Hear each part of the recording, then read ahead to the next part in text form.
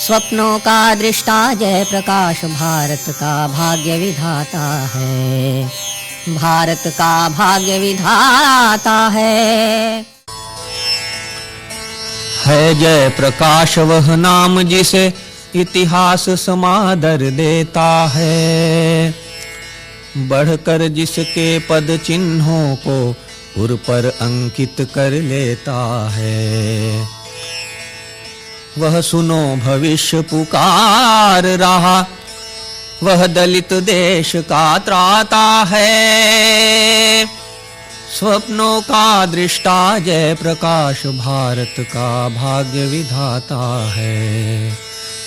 स्वप्नों का दृष्टा जय प्रकाश भारत का भाग्य विधाता है, भारत का भाग्य विधाता है, भारत का भाग्य विधाता है।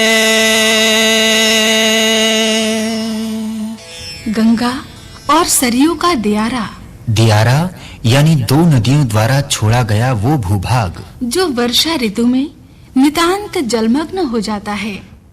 उसी छोटे गांव सिताव दियारा के कायस्थ टोले में बाबू हरसुदयाल और फूल रानी के घर जन्मा एक बालक। विजयादशमी का दिन, तारीख 11 अक्टूबर सन 1902। बाबा देवकी बाबू ने अपने घर के इस चौथे चंद्र को देखा तो फूले न समाये। किंतु जब इस सामान्य से बालक के 4 वर्ष तक दांत न निकले और बोल भी न फूटे, तब माँ ने इस बालक को बड़ल जी यानी बौरा जी कहकर पुकारा। तब कौन जानता था बहुत कम बोलने वाला शर्मीला सा ये बड़ला जी यानी जयप्रकाश इतना बोलेगा कि सारा संसार मंत्र मुग्ध होकर सुनेगा। सयानों की भांति एक एक शब्द सोचकर और तौलकर बोलते इस बालक को देख एक दिन पिता ने कहा, ईता बूढ़ लड़का हवन। पिता हरसु दयाल का ये बूढ़ा बालक देश की अंगड़ाई का, तरुणाई का प्रतीक बन गया। जय हो भारत के नए खड्ग, जय तरुण देश के सेनानी, जय नई आग, जय नई ज्योति, जय नए लक्ष्य के अभियानी।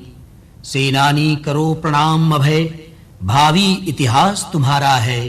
ये नखत अमा के बुझते हैं, सारा आकाश तुम्हारा है। लौटे तुम रूपक बन स्वदेश की आग भरी कुर्बानी का, अब जय प्रकाश है नाम देश की आतुर हठी जवानी का। राष्ट्र कवि रामधारी सिंह दिनकर का ये हुंकार क्रांतिकारी युग पुरुष जयप्रकाश के व्यक्तित्व का ही गर्जन है। स्वयं जयप्रकाश ने कवि दिनकर की 70वीं जयंती पर 24 नवंबर 1977 को श्री कृष्ण मेमोरियल हॉल पटना में आयोजित कार्यक्रम में बोलते हुए कहा था, मैं मद्रास में था, दिनकर जी मिलने आए थे और मुझे अपनी एक कविता सुनाई थी। किसी कारण से मैं उनकी कविता का एक प्रिय विषय बन गया था। बहुत कुछ उन्हें करना बाकी था। जिस भारत का स्वप्न उन्होंने देखा था, जिसके गीत गाए थे, जिन गीतों से एक पीढ़ी सारी भारत की प्रभावित हुई थी, हमारे बीच होते तो कुछ नए तर्ज के गीत सुनने को मिलते। स्वराज के बाद एक नया अभियान हुआ। कितनी सरलता, कैसी भावुकता है एक जयप्रकाश के अंदर के अनेक चित्र। तभी तो उनकी पत्नी प्रभावती से महात्मा गांधी ने कहा था, बेटी, ये जो तुम्हारा पति है ना, इसे संभाल कर रखना। मेरे बाद ये देश और दुनिया के बहुत काम आएगा। बापू के कथन की सत्यता साबित हुई। इतिहास साक्षी है, जयप्रकाश जी की धर्मपत्नी प्रभावती देवी अपने विवाह के समय से ही गांधी जी के साथ रह रही थीं। गांधी जी के आश्रम में रहते समय उन्होंने बेटी प्रभावती से आजीवन ब्रह्मचारी रहने का संकल्प ले लिया था। जयप्रकाश जी जब अपनी पढ़ाई पूरी कर अमेरिका से लौटे तो युवा जयप्रकाश का पत्नी प्रभावती से साक्षात्कार हुआ।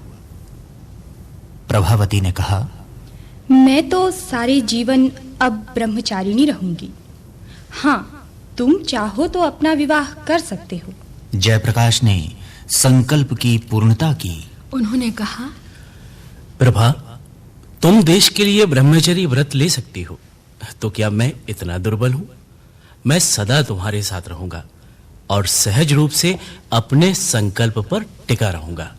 कैसी आत्मा, कैसा विचार, त्याग देश के लिए, संकल्प देश के लिए, संघर्षों का वर्ण देश के लिए, जीवन और मरण देश के लिए। जनवरी सन 1921 महात्मा गांधी का असहयोग और सत्याग्रह आंदोलन भड़क रहा था। नौजवानों में होड़ लग रही थी कि कौन ज्यादा सहयोग दे। एक दिन पटना में मौलाना आजाद ने विशाल जनसभा को संबोधित किया। इस भाषण ने जयप्रकाश जी के हृदय में हलचल पैदा कर दी। दूसरे दिन दृढ़ निश्चय के साथ विद्यालय छोड़ दिया। लेकिन ससुर श्री ब्रजकिशोर की सलाह पर राजेंद्र बाबू की निगरानी में सदाकत आश्रम में चल रहे बिहार विद्यापीठ में वे चले गए। इंटर के बाद बीएससी हेतु काशी हिंदू विश्वविद्यालय में पढ़ने से आपने मना कर दिया। जयप्रकाश और प्रभावती जी इलाहाबाद आ गए। नेहरू परिवार के साथ तालमेल बढ़ा। उन दिनों जयप्रकाश जी के सुपुर्द एक बड़ी जिम्मेदारी थी, देश भर में घूमना और कांग्रेस संगठन को मजबूत करना। 17-18 मई 1934 को पटना में आचार्य नरेंद्र देव की अध्यक्षता में समाजवादियों की राष्ट्रीय स्तर पर पहली मीटिंग हुई। फिर बंबई में अक्टूबर सन 1934 में बाकायदा कांग्रेस सोशलिस्ट पार्टी कायम की गई। जयप्रकाश जी नई पार्टी के जनरल सेक्रेटरी नियुक्त हुए। जयप्रकाश जी की निर्भीकता, क्रांतिकारी भावना, मनुष्यता, पौरुष, सौजन्य और आकर्षण शक्ति पर सारा देश मंत्रमुग्ध हो उठता। क्रांतिकारी भावना से अनुप्राणित नवयुवक उन पर प्राण न्योछावर करते। 7 मार्च 1940 को जयप्रकाश जी को पटना में गिरफ्तार किया गया। इस गिरफ्तारी से देश में क्रोध की लहर दौड़ गई। इस गिरफ्तारी को दुर्भाग्यपूर्ण घटना कहते हुए 12 मार्च को महात्मा गांधी ने कहा, वो कोई साधारण कार्यकर्ता नहीं, बहुत कुशल योद्धा हैं, समाजवाद के महान विशेषज्ञ हैं। उनकी कष्ट सहिष्णुता अतुलनीय है। 9 नवंबर 1942 को दीपावली के दिन हजारीबाग जेल में जयप्रकाश की आत्मा छटपटा रही थी। जेलर की ओर से दावत थी, नाच गाने का भी आयोजन हुआ। अवसर का लाभ मिला। धोतियों की रस्सी बनाकर 6 मिनट में 5 मित्रों सहित जयप्रकाश जेल की दीवार लांघ गए। ब्रिटिश सरकार ने जिंदा या मुर्दा जयप्रकाश को पकड़ने के लिए 10,000 रुपए का इनाम घोषित किया। एक दिन अंग्रेज सरकार को सुराग मिला। जयप्रकाश पकड़ लिए गए। अक्टूबर 1943 से यातनाओं का दौर शुरू हुआ। जनवरी 1945 में लाहौर के किले से उन्हें आगरा सेंट्रल जेल भेजा गया। लेकिन अगस्त क्रांति के योद्धा जयप्रकाश समग्र क्रांति के स्वप्न तक आबाद गति से आगे बढ़ते रहे। विभिन्न मजदूर संगठन और यूनियनों का नेतृत्व, यूरोप और मध्य एशिया में शांति संदेश लेकर यात्राएं, नागालैंड में शांति मिशन की स्थापना, राष्ट्रपति अय्यूब के आमंत्रण पर पाकिस्तान की यात्रा। 19 अगस्त 1965 को मैग्सेसे पुरस्कार प्राप्त करना, दलविहीन लोकतंत्र का विचार प्रस्तुत करना, नक्सलियों के बीच निर्भीक होकर पहुंचना, 1972 में चंबल के सैकड़ों डाकुओं की बंदूकें शांत कर उनसे आत्मसमर्पण करवाना और 5 जून 1974 को संपूर्ण क्रांति की घोषणा करते जयप्रकाश ने कहा, 5 जून 1974 को छात्र संघर्ष समिति ने आम सभा बुलाई थी। उसमें जब बोल रहा था तो बोलते बोलते सहज ही मेरे मुंह से ये शब्द निकले कि यह क्रांति जो शुरू हुई है वो आपके जो 10-12 मांगे हैं केवल उनकी प्राप्ति के लिए नहीं है, यह तो एक संपूर्ण क्रांति की शुरुआत है। समाज में संपूर्ण परिवर्तन हो, सर्वांगीण परिवर्तन हो, ऐसी एक संपूर्ण क्रांति की कल्पना मैंने उस समय पेश की थी। पहली बार उसी समय इस शब्द का मैंने उच्चार किया था। इतिहास में जो क्रांतियां अब तक हुई हैं वो सभी मेरे ख्याल से राजनीतिक क्रांतियां थी। इंडस्ट्रियल रेवोल्यूशन, औद्योगिक क्रांति जिसको कहते हैं, उसे छोड़कर राजनीतिक क्रांतियां जितनी हुई हैं वो हिंसा के माध्यम से हुई है। और हम चाहते हैं कि हमारे यहाँ भारत में गांधी जी के रास्ते से एक सामाजिक आर्थिक क्रांति अहिंसा के साधनों से हो। साधन और साध्य दोनों ही इसको कह सकते हैं, यानी संपूर्ण क्रांति हुई तो एक नया समाज बनेगा जो हर दृष्टि से भिन्न होगा, नया होगा और उन्नत होगा। आजाद भारत में भी जयप्रकाश तड़प उठे। उन्हें लगता देश की शिक्षा पद्धति व्यर्थ है। इससे न हाथों को काम, न पेट को रोटी। देश के राजनीतिक दल दलदल बनते जा रहे हैं। जनप्रतिनिधि जनता का प्रतिनिधि होता ही नहीं। धीरे धीरे अनैतिक धनपतियों का प्रवेश राजनीति में बढ़ता जा रहा है। अपराधी तत्वों का शिकंजा भारत की राजनीति पर कसता जा रहा है। जनता कराह रही है। लोकतंत्र का पिरामिड उल्टा लटका है। इस तंत्र में लोक नदारद है। तब इस दुर्दशा का अंत कैसे हो? आज भी अनुत्तरित इन प्रश्नों के लिए एक बार फिर 8 जून 1974 को पटना में एक मौन जुलूस निकाला गया। अस्वस्थ होने के बाद भी इस बिहार आंदोलन का जयप्रकाश ने नेतृत्व किया। बिहार आंदोलन के समय छात्र नेता रहे रघुपति जी कहते हैं, जब बिहार में पहली गैर कांग्रेसी सरकार बनी थी 67 में, उस समय मैं छात्र था और जब बिहार जल रहा था तो उस समय जयप्रकाश जी ने अपने रचनात्मक कामों के द्वारा गांव-गांव में पानी देने का जो काम किया, वो एक विद्यार्थी होने के नाते, एक छात्र होने के नाते मेरे विचार पर उनका असर पड़ा और वैचारिक रूप से उसी समय जयप्रकाश मेरे मन में समा गए थे। 27 मार्च को जो हम लोगों को गांधी मैदान में जब हमने सिविल नाफरमानी का प्रयोग किया और उसमें जब हम लोगों को पिटाई हुई और जेल में बंद किया गया, उसके बाद जो जेपी ने बयान दिया कि ये निहत्थे और निर्दोष छात्रों पर लाठियां चलती रहेगी और मैं बैठा रहूंगा, ये नहीं हो सकता, और जयप्रकाश जी आंदोलन में आ गए। छात्रों और जनता की प्रार्थना पर इस आंदोलन की बागडोर जयप्रकाश ने संभाल ली थी। अख्तर हुसैन की स्मृतियों में सारा दृश्य जस का तस उभर आता है। जेपी का जो हमारा सबसे बड़ा आकर्षण रहा वो रहा कि वो व्यक्ति 42 से लगातार समाज के प्रति और समाज के लिए जो व्यवस्था थी उसमें जो लोकतंत्र में पार्टी और समाज, ये दोनों को कैसे समाज का विकास होगा और देश समृद्धि होगी, ये हमेशा सोचते रहे। और उसका सबसे बड़ा जो असर था वो था गांधी का। हाँ, जेपी का यही ध्येय था कि सत्ता जो है वो जनता के हाथ में जाए, न कि कुछ लोगों के हाथ में रहे। ये संपूर्ण क्रांति का महत्वपूर्ण नारा हमारा था। देश में एक परिवर्तन चाहते थे जयप्रकाश, किंतु हुआ क्या?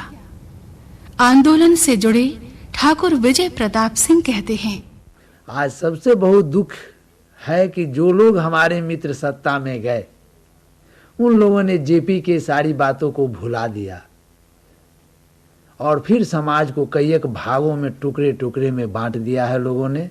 और आज समाज की स्थिति 74 की अपेक्षा आज बहुत बदतर है। लेकिन आज जयप्रकाश की आवश्यकता हमारे समझ में महसूस हो रही है कि आज जयप्रकाश के होना चाहिए था। जयप्रकाश को लगने लगा था कि देश का वर्तमान नैतिकता, सिद्धांत और जीवन मूल्यों से दूर होता जा रहा है। इनके बिना वास्तविक लोकतंत्र संभव नहीं। जयप्रकाश जी के विचारों की प्रासंगिकता की बात करते हुए बिहार में नेता प्रतिपक्ष सुशील मोदी, जयप्रकाश जी के साथ लगभग 5 वर्षों तक बहुत नजदीक से काम करने का मुझे मौका मिला और इतना संवेदनशील व्यक्ति मैंने आज तक नहीं देखा है। और आंदोलन के दौरान कहीं कोई अगर हिंसा की घटना हो जाए, कहीं कोई ऐसी चीज हो जाए, तो इतने संवेदनशील, इतने भावुक थे कि उनकी आंखों से आंसू निकलने लग जाते थे, किसी की गरीबी को देखकर, किसी के दर्द को देखकर। और एक दूसरी विशेषता उनमें ये थी कि अपने सहयोगी समर्थक यदि गलत काम करते हैं तो उनको भी कंडेम करना, उनकी भी भर्त्सना करने से कभी पीछे नहीं हटते थे। समस्याएं आज भी हैं और मैं समझता हूँ कि उनके विचार आज भी उतने ही सामयिक हैं, क्योंकि उनकी एक ही बात उनको वो कहते थे कि शांतिपूर्ण तरीके से ही समस्याओं का समाधान हो सकता है, हिंसा से किसी समस्या का समाधान नहीं हो सकता है। इसलिए उन्होंने नारा दिया था, हमला चाहे जैसा होगा, हाथ हमारा नहीं उठेगा।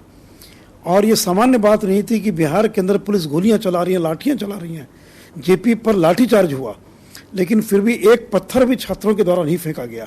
ये जेपी की विशेषता थी, क्योंकि उस समय में कुछ लोग ये समझते थे, विशेषकर नक्सलवादी आंदोलन से जुड़े लोग, कि हिंसा से ही समाज में बदलाव आ सकता है। और जेपी ने एक प्रयोग करके दिखा दिया बिहार आंदोलन के द्वारा कि सत्ता का परिवर्तन, ये समाज में बदलाव बिना हिंसा की भी आ सकता है, और जो शांतिपूर्ण तरीकों से समाज में बदलाव लाया जाए, इस पर उनकी बड़ी गहरी आस्था थी। जयप्रकाश की चिंता थी कि यंत्र ने लोगों के हाथ का काम छीन लिया है, तो तंत्र निरंतर उनकी उपेक्षा कर रहा है। महिला चरखा समिति कदम कुआ के केयर टेकर नवल जी की पीड़ा यही है। जेपी ने जो दर्शन दिया, जेपी ने त्याग की बात कही, लेकिन आज कौन राजनायक त्याग की बात करते हैं? सब कुर्सी की ही बात करते हैं। 77 के चुनाव में जब इंदिरा जी हार गई तो बलछी कांड में जो है वो हाथी पर चढ़ के गई, तो जेपी से मिलने के लिए आई। पहले दोनों जने खूब रोए, फिर जेपी ने आशीर्वाद दिया कि मैं भूतपूर्व प्रधानमंत्री इंदिरा गांधी से नहीं बल्कि बेटी इंदू से मिल रहा हूँ। प्रेस वालों ने क्रॉस किया कि आपको उन्होंने जेल में मार ही दिया और आप आशीर्वाद हैं। तो जेपी बहुत जोर से झल्ला करके, बाबा तुम लोग क्यों दुखी हो, मैं उसको क्या दे सकता, आशीर्वाद के सिवा और क्या दे सकता। इसी पर आचार्य रजनीश ने लिखा था, जेपी राजनीतिक होते हुए संत हैं। जयप्रकाश की सेवा में समर्पित गुलाब जी उन क्षणों को याद करते हुए भावुक हो जाते हैं। यहाँ बहुत सुना सुना लगता है, पुराने लोग भी चले गए, धीरे धीरे सब निकल गए, अब नए चेहरे भी हैं। कुछ दिन के बाद तो हमको लगता है कि अगर नवल जी न रहेंगे तो हमको कुछ चिन्हने वाला भी नहीं होगा। बताने पड़ेगा कि हम वो उनके थे गुलाब, तब भी यहाँ रहने को मौका मिलेगा कि नहीं, कहना मुश्किल है। महिला चरखा समिति पटना के उपाध्यक्ष जय नारायण सहाय की यादों में जयप्रकाश। देखिए, जयप्रकाश जी थे एक बहुत संस्कृत व्यक्ति थे। आज संस्कृति नहीं बहुत विनम्र थे वो, और भाषा, चाल ढाल, आचार व्यवहार, उसमें वो बहुत ही वो एकदम शिष्ट थे।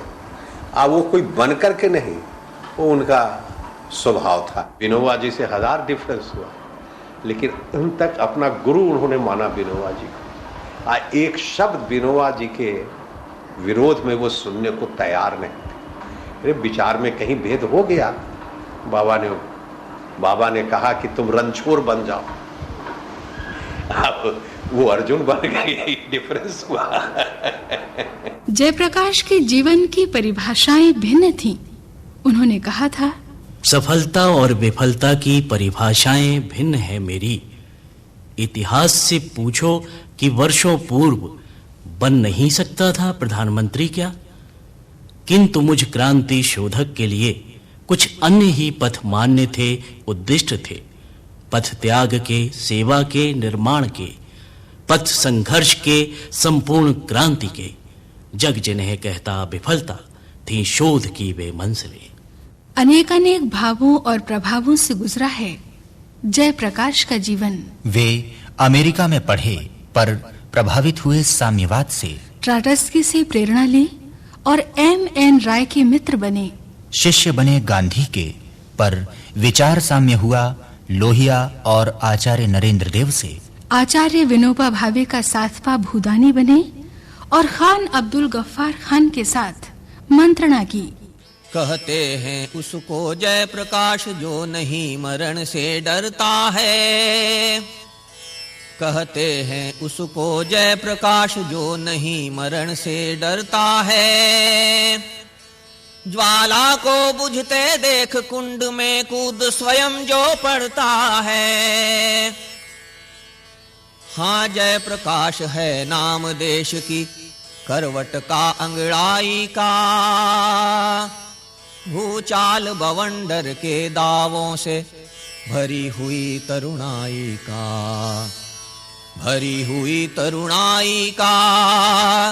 भरी हुई तरुणाई का। भरी हुई तरुणाई का। जीवन के अंतिम क्षणों में जयप्रकाश महाभारत और गीता सुना करते थे। उन्होंने कहा, I too believe in God. मैं भी भगवान को मानता हूँ। उन्हें भक्ति पद गाकर सुनाने वाली बहन डॉक्टर शांति जैन कहती हैं, भागवत पुराण से एकदम से इतना कुछ उनको कंठस्थ था, ताज्जुब होता है। संस्कृत के इतने श्लोक उनको कंठस्थ थे। श्रीमद् भगवत गीता का 10वां 11वां अध्याय उनको बहुत पसंद था जी। और पूरी तरह से याद था। जब मैं पढ़ती थी तो साथ में पढ़ते थे। हाँ, एक अच्छा प्रसंग याद आ रहा है जी। दिन तो ठीक ठीक याद नहीं है, लेकिन अटल बिहारी वाजपेयी जी उस समय परराष्ट्र मंत्री थे और वो किसी भाषण के सिलसिले में आए थे और सुबह में 7 बजे 7:30 बजे जयप्रकाश जी के यहाँ थी और उनको मैं जयदेव का पद सुना रही थी गीत गोविंद से। उसी समय वाजपेयी जी आ गए और मैंने बंद कर दिया।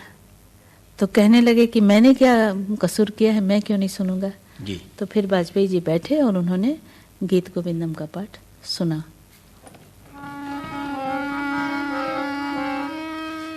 प्रलय पयोधि चले धृतवानसि वेदम् विहित वहित्र चरित्र मखेदम् केशव धृत मीन शरीर जय जगदीश हरे जय जगदीश हरे। संगीत के मामले में सुर को तो बहुत पसंद करते थे, कबीर अच्छा। को बहुत पसंद करते थे जी। और थोड़े कुछ दिनों के बाद तो मैं उनको गालिब की गजलें भी सुनाने लगी थी और प्रेम से सुनते थे, गीत सुनते थे, गजलें सुनते थे, लोकगीत सुनते थे, विद्यापति सुनते थे जी। लेकिन ये है कि निर्गुण उनको ज़्यादा पसंद थे। और पता नहीं एक अजीब तरह का कोइंसिडेंस जिसको कहूँ कि 6 अक्टूबर को मैंने उनको सुनाया था अंतिम पद जो बता रही हूँ, अमरपुर ले चलो हो सजना, और यही अंतिम गीत बन गया। अमरपुर ले चलो हो सजना, अमरपुर ले चलो हो सजना। इतिहास सिर्फ तारीखों या आंकड़ों का ब्यौरा नहीं होता। दरअसल इतिहास हमारे समय का सच सामने रखता है। मार्क्सवाद, समाजवाद और सर्वोदय के पड़ावों को तय करते हुए जयप्रकाश संपूर्ण क्रांति तक पहुंच गए। 1942 की अगस्त क्रांति के नायक जयप्रकाश 1974 के जन आंदोलन में लोक नायक हो गए। उनके जीवन की सुगंध आज भी जनमन में व्याप्त है। तभी तो उनके प्रति एक आश्वासन अभिव्यक्त है। तुम चले गए लेकिन जेपी विश्वास करो, परिवर्तन का संघर्ष नहीं लेगा विराम। संपूर्ण क्रांति की लौ निष्काम जलेगी ही। इस ऋणी देश का ग्रहण करो शत शत प्रणाम। इस ऋणी देश का ग्रहण करो शत शत प्रणाम। अतीत का आईना कभी धुंधला नहीं होता। वो हमें अपने वर्तमान को परखने की दृष्टि देता है और देता है भविष्य के लिए दिशा तय करने का विवेक। वर्तमान सामने है, आमूल परिवर्तन का नारा लगाने वाले लोग भी हैं, राजनेता भी। हजारों हजार छात्र, युवा, रंगकर्मी और पत्रकार हैं। बुद्धिजीवी, कवि और लेखक हैं तो स्वप्न दृष्टा भी और तत्ववेत्ता भी। लेकिन इन सब में कहाँ है जयप्रकाश का संघर्ष, देश के लिए उत्सर्ग? तब कौन होगा उनका अनुयायी जो चलेगा सच्चे अर्थों में उनके पद चिन्हों पर?